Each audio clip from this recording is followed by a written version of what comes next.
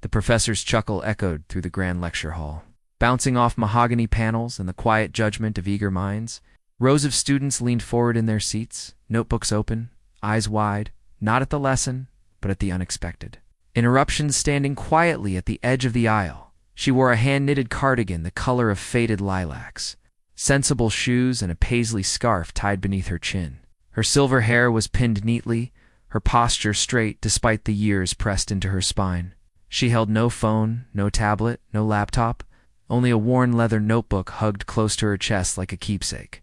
She had wandered in during a public symposium at Harvard's prestigious Faculty of Mathematics, taking an empty seat without fanfare, and the moment she raised her hand to ask a question, the energy shifted. Professor Reynolds, celebrated scholar and published authority in theoretical physics and abstract mathematics, paused mid-sentence. A half-smile curved on his lips, the kind used to politely dismiss those who clearly did not belong. "Yes, ma'am," said voice coated in performative patience. "Is there something I can clarify for you?" The students chuckled softly. The old woman nodded, her voice calm but steady. "I believe your equation has a flaw in step 4. You misapplied the boundary condition." Even the air seemed to pause. Reynolds blinked, momentarily thrown. Then, with practiced composure, he laughed gently. "I assure you, ma'am, we've verified this proof several times. It's rather complex." She smiled, just a little, not mocking, not confrontational, just quiet certainty. "That may be so, but your assumption about the eigenvector alignment does not hold when the set is extended to the non-Euclidean." In case no one laughed this time, several students glanced down at their notes, others at each other. Reynolds froze, because what she said made sense, and what was meant to be a gentle put-down had just become the start of something. Room would forget.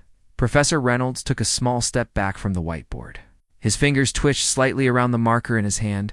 He turned slowly to face the equation again, rereading the 4th line with narrowing eyes. The same line he had written dozens of times, lectured on across countries, published in journals without a single question until now. The students sensed the shift. The quiet rustling of paper stopped. Phones were set aside. For once, no one was pretending to listen. They were truly paying attention. Reynolds cleared his throat. "You're referring to the transformation under curved coordinate systems?" he asked, his tone sharper, now not rude, but no longer patronizing. The woman gave a small nod. "Precisely. When you project your vector space into non-Euclidean geometry, the boundary constraints shift. The assumption that the eigenvectors remain orthogonal no longer holds unless you include the curvature tensor in the transformation." A hush swept the hall. That was not a lucky guess.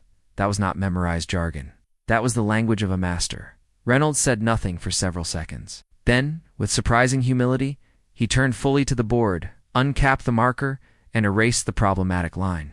The crowd gasped. He was rewriting his own proof. "May I?" the old woman asked gently, stepping forward. He hesitated, then stepped aside. With slow, graceful movement, she approached the board. Her hand did not tremble as she picked up the marker. In fluid strokes, she corrected the proof knot, tearing it down, but refining it, elevating it. Her notations were elegant, every symbol purposeful. She adjusted the curvature variables, aligned the vector mapping, and underlined a single result with a dot at the end. Then she stepped back. "Now," she said softly, "it holds." The hall was silent. Then someone in the back whispered, "She's right." Reynolds stared at the board, stunned. His face was pale, but not with embarrassment, with awe. He turned to her, voice quiet now. "What is your name?" She smiled. "Margaret Linwood. I used to teach here, long ago." The moment the name left her lips, a ripple ran through the room, not from the students, but from the older faculty seated along the back wall. One of them, a retired professor named Dr. Maisel, sat up straighter, eyes widening behind his thick glasses. "Wait," he said aloud, rising to his feet. "Linwood. Margaret Linwood?" She turned and nodded politely. Dr. Maisel slowly removed his glasses. He wrote the Linwood approximation, theory in 79. "You were the youngest tenured woman in this department's history, and then you disappeared." The students stared at her as if seeing a ghost, no longer a quiet stranger in a knit cardigan, but a legend they had only read about in footnotes and faded journal citations. Some began frantically searching her name on their devices, eyes widening as page after page of academic papers and awards appeared. Her work, it turned out, had once laid the groundwork for several modern theories. but her name had quietly vanished from mainstream academia decades ago. Professor Reynolds sat down slowly, humbled beyond words. "Why did you leave?" he asked, not with judgment, but genuine curiosity. Margaret glanced around the room, then offered a soft, sad smile. "I chose family. My husband became ill, and I had 2 young children. I left tenure behind to care for them, and the years passed." A deep silence followed this time, not from disbelief, but from reverence. Every student, every faculty member, every person in that room understood what had just happened. A forgotten giant had walked back into their world and reminded them what brilliance truly looked like, and she had done it with grace, not ego. Precision, not pride. Margaret Linwood did not need a title to prove who she was. Her mind had never faded. It had simply been waiting for the right moment to be heard again. After a long pause, the students began to clap, not out of formality, but from something deeper. They were not applauding a guest speaker. They were applauding truth, brilliance, humility, a moment none of them would forget. Margaret shifted uncomfortably. It's unused to the spotlight after so many quiet years. "That's quite enough," she said with a light laugh, waving a hand. "Came to listen, not to lecture." But Professor Reynolds stood again. His pride surrendered. "Please," he said, "would you stay? Would you teach the remainder of the session?" A murmur spread through the lecture hall. Students straightened. In their chairs, notebooks ready, a new kind of energy in the air. Margaret hesitated. Then she walked gently to the lectern, like it was a place she had never truly left. For the next hour, she spoke not just about the math on the board, but about the mistakes young minds should embrace, the importance of asking the questions no one wants to answer, and how true knowledge is not in what we show, but in what we're willing to keep learning. Her voice was soft, but her words carried power. She told stories of long nights researching by candlelight while her children slept, of journals turned down because she had submitted under Mrs. Lee's instead of Dr. Watson, her own theorems cited without credit, choosing to stay silent because pride was not worth more than peace. By the end of the session, there were students in tears. One girl in the front row whispered, "She's the reason I'll stay in this field." Margaret closed the lecture with a gentle phrase, "Sometimes the world forgets you. That's all right, to make sure you don't forget yourself." And with that, she stepped away from the lectern, the chalk dust still on her fingertips, as it had been decades ago. But this time, it did not let her walk away unnoticed. As Margaret gathered her notebook, several students surrounded her, not for photos or praise, but to ask questions, real questions. About tensor fields, quantum symmetry, even how to balance life and research. She answered each one with patience and clarity, like someone who had been waiting years to pass the torch. Outside the lecture hall, word of what had happened spread like wildfire. Faculty who had not seen her in decades whispered in hallways. Students posted online about the mysterious woman who fixed the professor's proof with one sentence. Clips of her standing at the board circulated within hours. And in each video, her voice remained steady, her posture calm. She had not come to impress. She had come to contribute.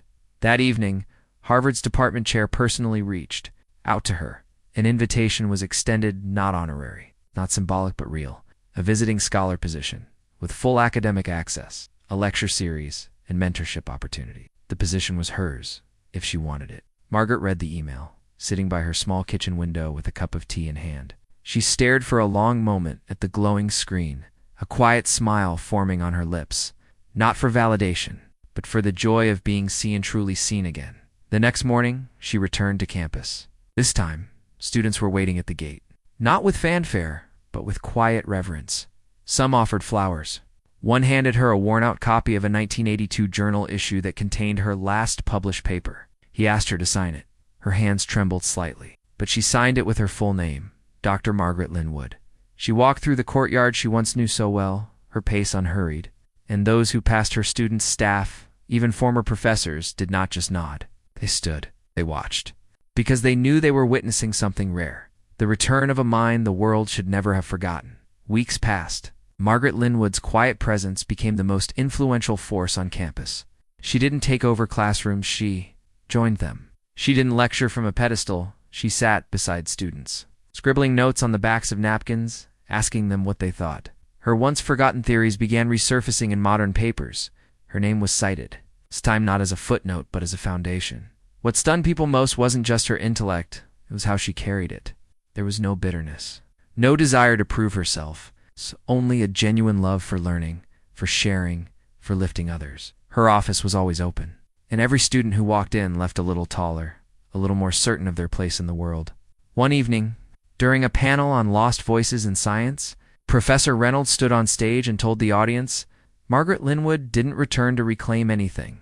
She came back to remind us what real genius looks like: curious, humble, and quietly unstoppable." The room gave her a standing ovation.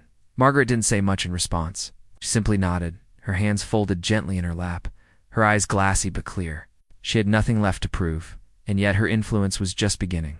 Under her mentorship, students who had considered quitting began publishing. Young women who had doubted their voices now spoke with confidence. Discarded ideas were dusted off, re-examined, and turned into breakthroughs. Years later, long after she'd quietly retired again, the university installed a plaque in the mathematics wing. "Oh, bore no portrait." To quote, "They mocked her, then they listened, then they followed." And below it, Dr. Margaret Linwood, because the world had learned that brilliance doesn't age, it doesn't disappear, it waits patiently for someone to ask the right question. And when that question finally comes, it answers with quiet, undeniable power.